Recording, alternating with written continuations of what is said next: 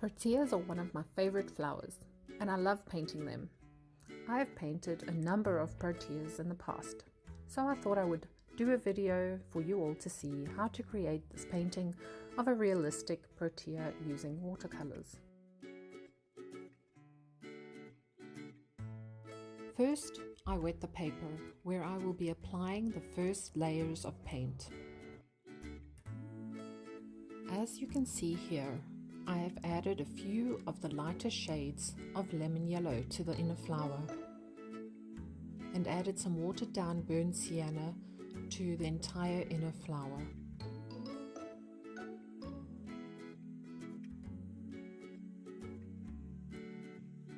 And then work my way to the first layer of lighter shades to the leaves.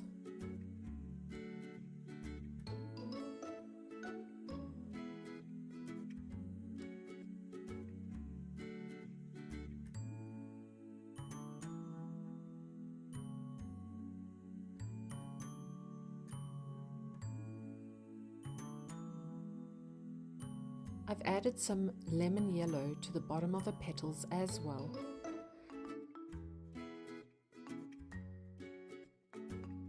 To make the lighter colors, just add more water to the paint.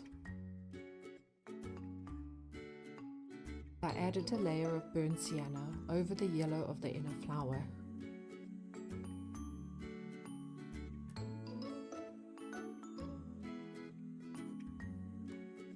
While this area dries, I start working on the petals.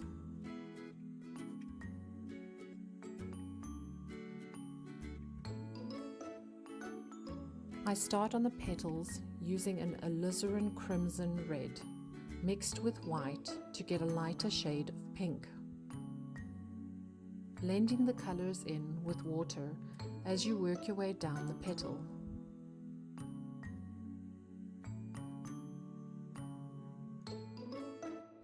The outer petals are darker shades.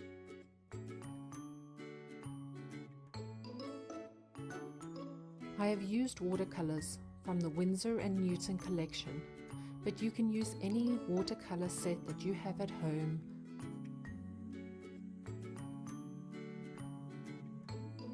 I add the darker shades of Alizirin Crimson and burnt sienna to the tips.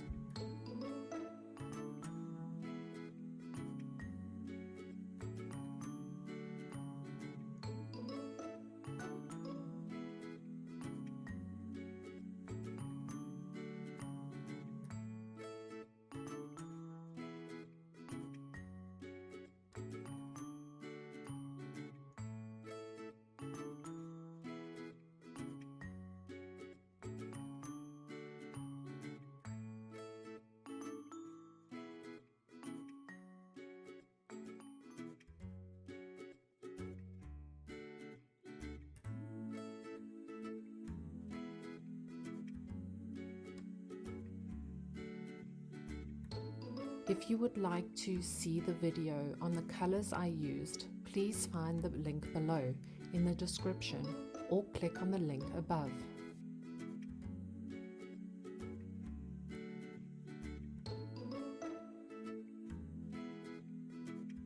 You don't have to paint a protea flower. You can use any flower and then just follow along on how and when I apply the different shades to the leaves and petals. Adding purple to the front of the flowers will make the petals stand out more. You can mix some Ultramarine Blue with some Alizirin Crimson red to get a shade of purple.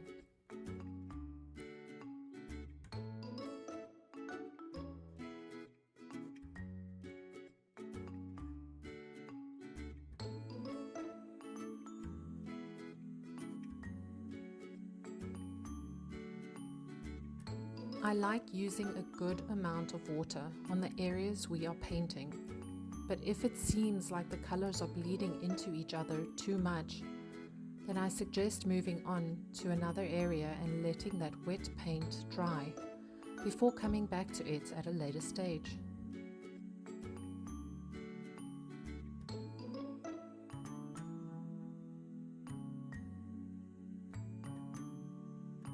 The flower does not have to be exact.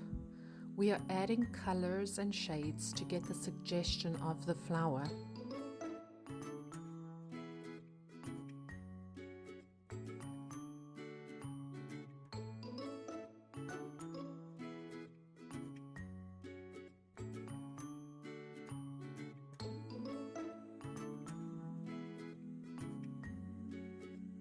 Here I am just finishing up the petals with darker outlines to make the petals stand out a little more.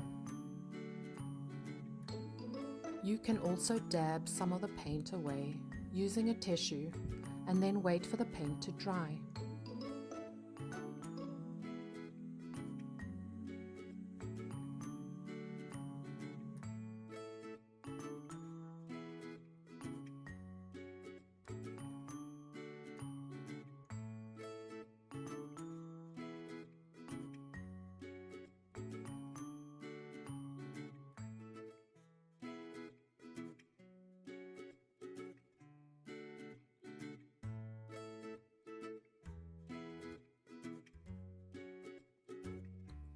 Remember to take your time with your painting.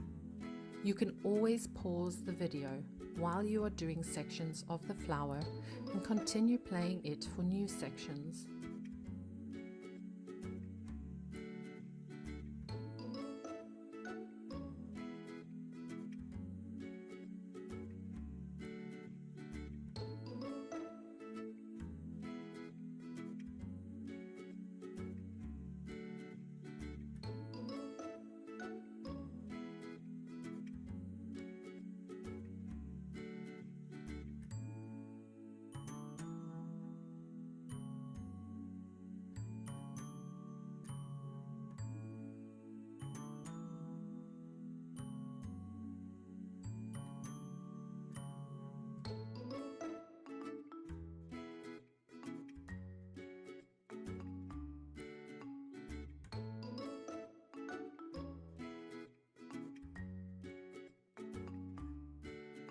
When I start with the leaves, I first add a little burnt umber for the darker shadows, always using a good amount of water to lighten and blend the paint. I even add a little of the burnt umber to the lower petals to make their shadows darker.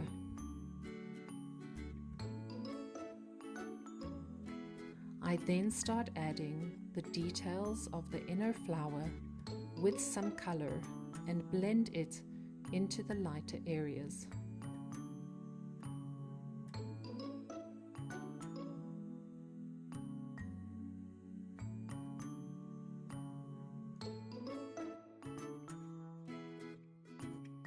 While you are painting, if it looks like you have added too much paint, you can use clean water to lift some of the color off of the paper. Then I start building the colors, beginning with a sap green over the first coat of yellow dried paint.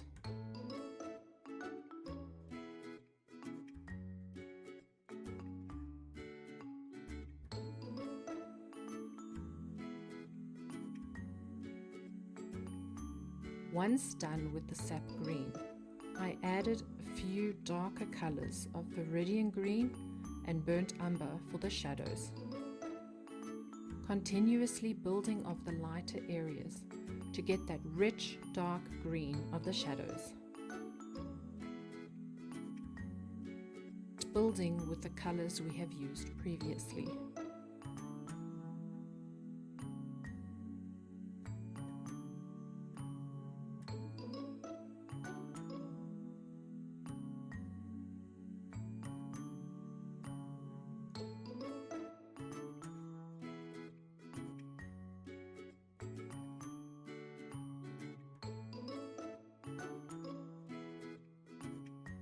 I also added some blue to the very dark areas of the leaves.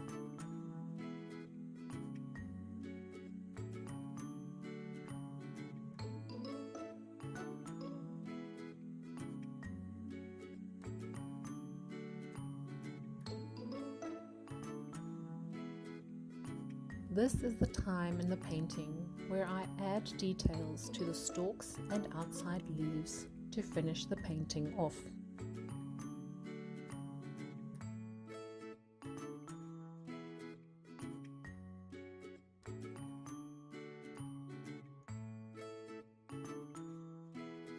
Thank you so much for watching. If you liked this video, please give me a thumbs up and subscribe to my channel for more art projects. See you next time. Bye.